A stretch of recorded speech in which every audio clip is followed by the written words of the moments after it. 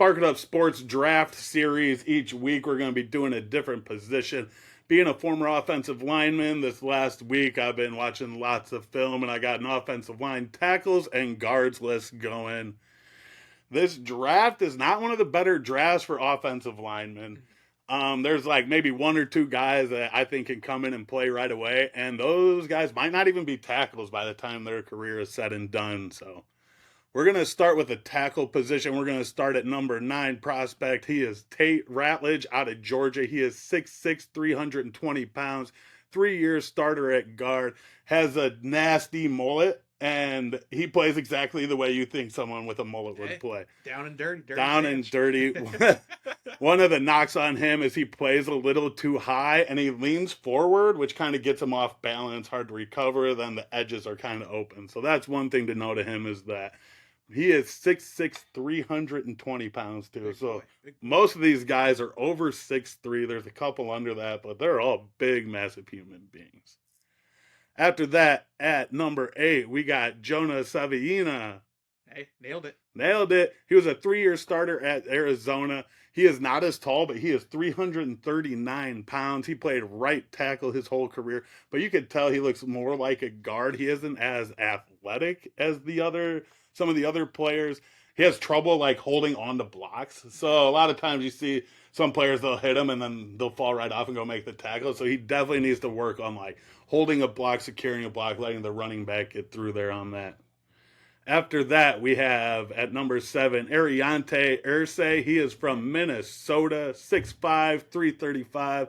Another massive human being. He has very long arms, which is always a concern for linemen, is their arm length. There's a few guys in this draft who the arm length kind of hurts them. The arm length keeps them away from you. Not good for the hands. No. And the hand fighting is another big thing. When you watch those DNs, they get the hands out of the way, like, you ain't touching them, so.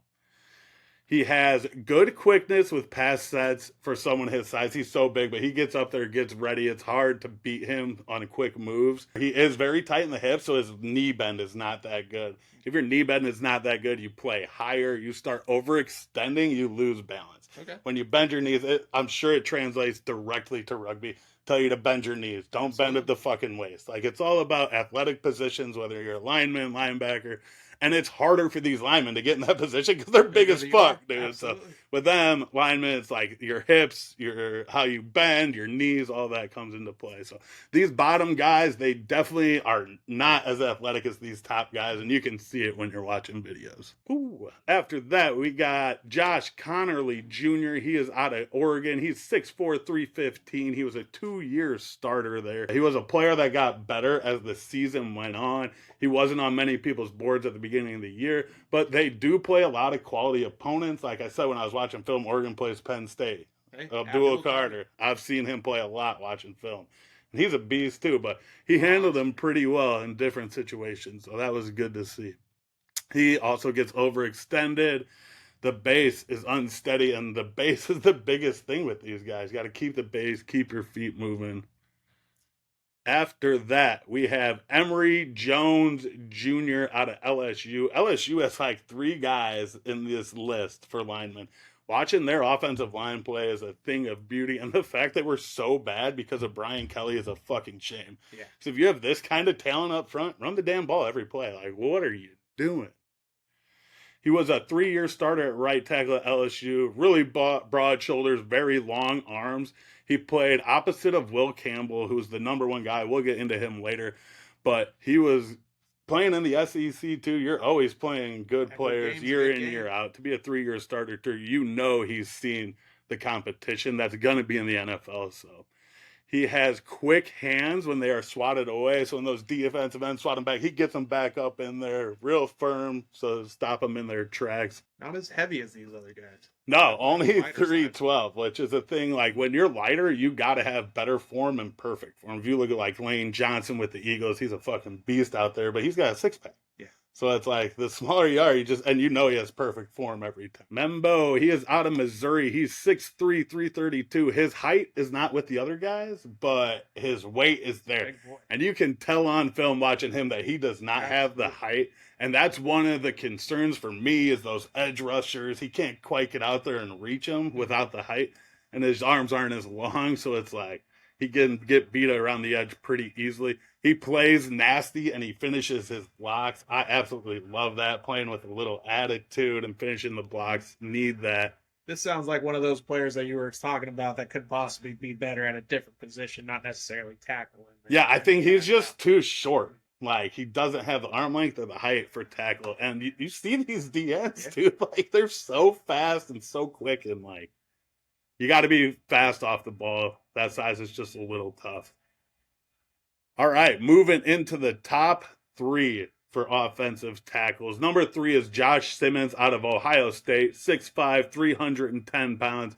He did suffer a season-ending injury this year, which is the major concern for me. Is he going to be healthy? If he does drop a little bit in the draft, I'm like, all right, take him a little later because he's good. But as long as he can recover from that injury, he will be fine. Great mobility. He might be the most athletic-looking tackle I saw on film. The injury is the biggest concern. He played at San Diego State in 2022 before he transferred to Ohio State. He didn't have the best year last year, but this year he did not let up a single sack at the beginning of the year. So that was awesome to see. He definitely turned it up this year and got himself into the conversation. The injury, obviously, the only thing that scares me with him. All right, after that, we got Calvin Banks Jr. out of Texas, 6'4", 320 pounds. He was a 3-year starter at Texas, also in the SEC. Great mobility, really athletic. If I were drafting for someone to play next year, I would take him over Simmons just because of the injury, like I said. He has great body control, can use more work on his hand placement.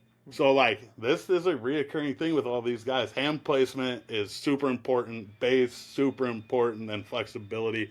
But his hand placement is probably one of the things that concerns me the most. He only gave up 1 sack last year. Impressive. Quinn Ewers, Archman in back there. He protected him the whole time. Sometimes he is a little late getting off the ball. Which, if you're playing tackle, you're late off the ball, you're fucked. Yeah. So that is what he needs to figure out going into next year. That cannot be an issue. They're just too fat. You're going another level up. The speed's there, the strength's there. So you got to get off the damn ball. And that is what I think he's going to work on for sure. The number 1 guy in this draft is Will Campbell out of LSU for tackles. He is 6'6", 320 pounds. 3-year starter in the SEC against great competition, team captain. He only gave up 5 sacks his whole college career, going against Alabama, Georgia, you name it, all those studs. Where am I at? Plays with great balance. Yeah, great balance. He might have the best balance out of any of the guys I saw. When they go inside, he's right there with them. They go outside, right there with them. He keeps the edge, so he keeps them in front of him so they don't have like a 2-way go, you know what I'm saying? Yeah. And he knows where they're going to go each time. Absolutely awesome. The concern for me, though, is like, is he going to stay at tackle? I think he might move into guard. But if you're going to take him that high, he has to start at tackle and see if he can handle it. Don't start him at guard and work him out. Start him at tackle. Let him give it a go. And if he can't do tackle, move him into guard. In my eyes, he's 100% a starting guard in the NFL year 1. I don't know if he is a starting tackle year 1 in the NFL. That's the concern for me with him. Yeah, absolutely. I've ran quite a few mock drafts myself, and Kelvin Banks Jr. and Will Campbell are definitely those first 2 offensive. Yeah, and like all of them. Yeah. Every single draft.